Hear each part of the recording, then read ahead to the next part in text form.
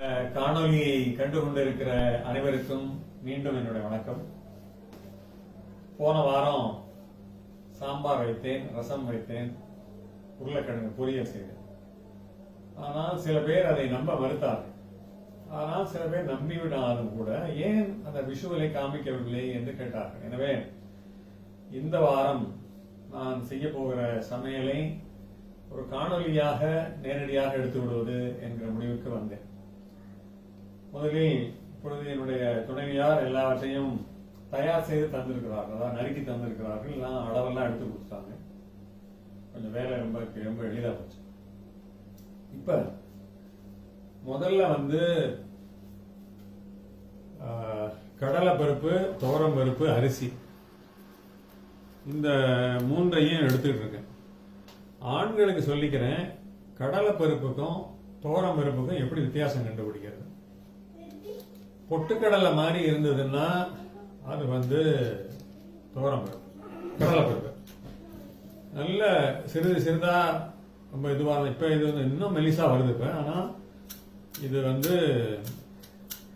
துவரம் பருப்பு, தூணா பருப்பு, காணா பருப்பு இதை எடுத்துக்கிட்டோமா.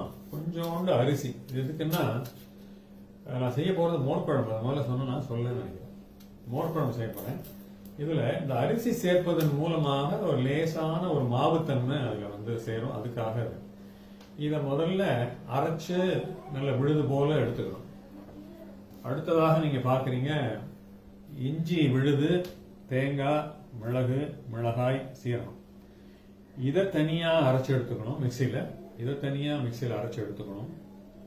அப்புறம் இது ரெண்டையும் கலந்துட்டு பூசணிக்காய முதல்ல தயாரா வச்சுக்கணும். இந்த பூசணிக்காய அரை வேக்காடாக வேக வச்சுக்கணும். ரொம்ப வெந்துடக்கூடாது. ஏன்னா மறுபடியும் அதை அடுப்புல போட போறோம். அதனால இந்த வேகிறதுக்கு முன்னொரு கட்டம் நம்ம வைத்துக்கணும். ரொம்ப வேக வச்சு அது பண்ணா நஞ்சு போய் குழகுழான்னு மாவா ஆயிடும். அதனால இதை அப்படி பண்ணி, அப்புறம் வெங்காயம் வச்சிருக்கிறேன், தக்காளி வச்சிருக்கேன்.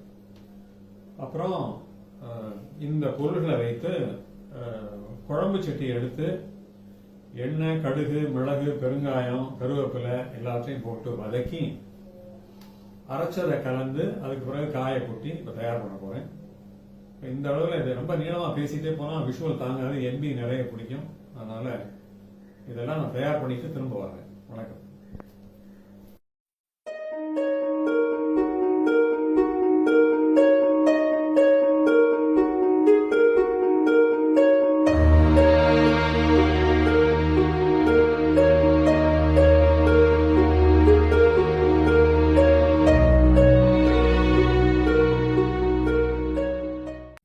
மீண்டும் வணக்கம்.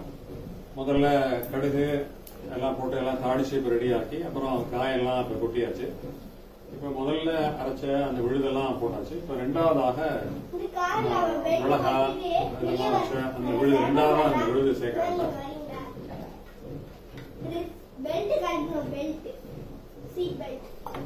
இந்த விழுதை சேர்த்து இப்ப நல்லா கலக்கிட்டு இன்னும் ஒரு 10 நிமிஷம் கழிச்சு மோரை சேர்த்தா அடுப்புல இருந்து இறக்கலாம். மோர் குழம்பு தயாரு. இத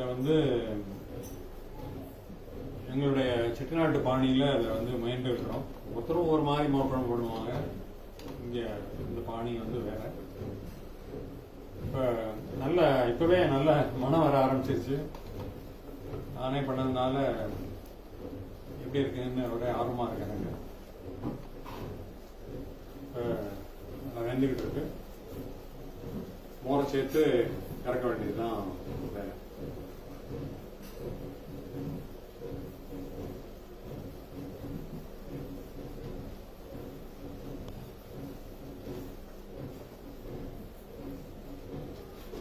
இது